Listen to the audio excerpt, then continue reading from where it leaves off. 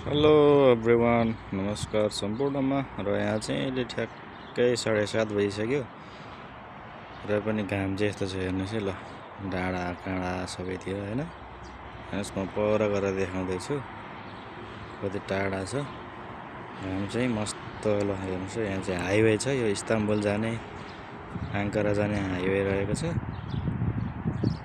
कहाँ भन्नुहुन्छ भने यो चाहिँ टर्की हो है। ल हेर्नुहोस् है, घाम चाहिँ यस्तो छ अहिलेसम्म।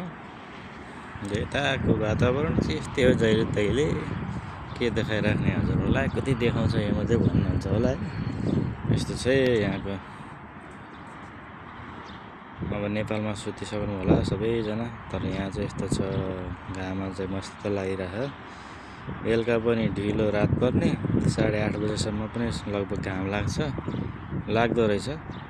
अनि तपाईँको बिहान पनि 4 बजे चाहिँ 4 साढे 4बाट उज्यालो हुन सुरु हुन्छ है।